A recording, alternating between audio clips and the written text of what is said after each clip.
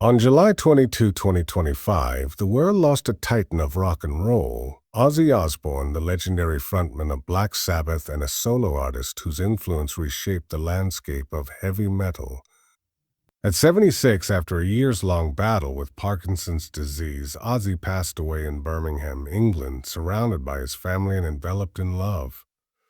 The news sent shockwaves through the music industry and among fans who had followed his career for over 5 decades. Amid the outpouring of grief, Sharon Osbourne, his wife of over 40 years, became a focal point for those seeking to understand the family's response to this profound loss. Her first public comment since announcing his death came in the form of a simple yet heartfelt message on Instagram, responding to a tribute by musician Gavin Rossdale. This moment, though brief, encapsulated the depth of her connection to Ozzy and the weight of the tributes that followed his passing.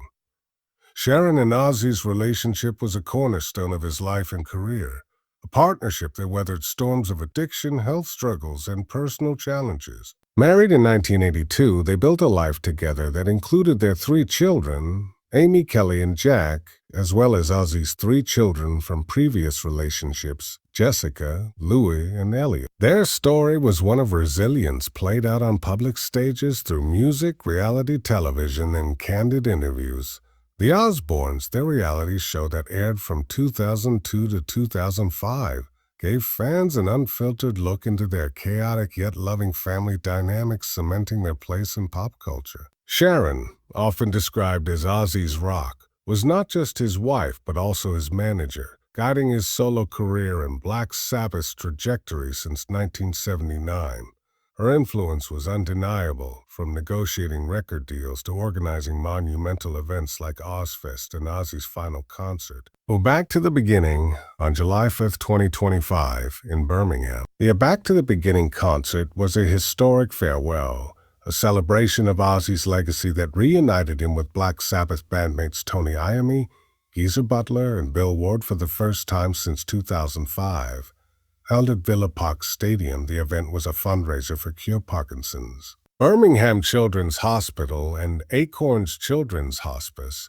Ozzy, whose mobility had been severely impacted by Parkinson's, performed seated on a bat-themed throne, a nod to his infamous 1982 bat-biting incident that became a hallmark of his wild persona. The concert featured performances by rock giants like Metallica, Guns N' Roses, and Slayer, but it was Ozzy's emotional speech that left the audience in tears. "You've no idea how I feel. Thank you from the bottom of my heart," he told the crowd, aware that this would be his final performance. Sharon, who conceived the event to give Ozzy a reason to get up in the morning, later revealed the emotional toll of organizing it, including a dispute with the band's manager that led to their removal from the lineup. Though she kept the band's identity under wraps, she dismissed rumors that it was Iron Maiden, emphasizing Ozzy's respect for the group despite past tensions. In the hours following Ozzy's death, tributes poured in from across the music world. Elton John, a close friend, called Ozzy a true legend, and one of the funniest people I've ever met, sharing a photo of them together on Instagram. Jason Momoa, who hosted Ozzy's final performance, posted a picture with Ozzy and Sharon, captioning it, "I love you at Ozzy Osbourne, so grateful." Ronnie Wood of the Rolling Stones reflected on the Birmingham concert, writing, "What a lovely goodbye concert he had it back to the beginning." Other artists, from Billy Joe Armstrong of Green Day to Alice Cooper and Judas Priest, echoed these sentiments, describing Ozzy as a trailblazer whose influence on heavy metal was unmatched. Even David Coverdale of Whitesnake, once considered for Black Sabbath's frontman role, expressed his condolences on X, calling it a very sad morning. These tributes highlighted Ozzy's dual legacy as both a musical innovator and a beloved larger-than-life personality. Sharon's response to Gavin Rossdale's tribute stood out for its simplicity and sincerity. Rossdale, the Bush frontman, had met Ozzy through Jack Osbourne and shared a photo on Instagram, writing, "Rip Ozzy, a great man, a true legend. I met Ozzy through Jack just a few times, but he was so warm and kind and funny, and I love that memory. Sending much love to his family at this difficult time. Rest in power." In the comment section, Sharon wrote, bless you," her first public words since the family statement announcing Ozzy's passing. The statement, released on July 22, read, "It is with more sadness than mere words can convey that we have to report that our beloved Ozzy Osbourne has passed away this morning. He was with his family and surrounded by love. We ask everyone to respect our family privacy at this time." Sharon's brief comment to Rossdale was a quiet acknowledgement of the support flooding in, a moment of connection amid her grief.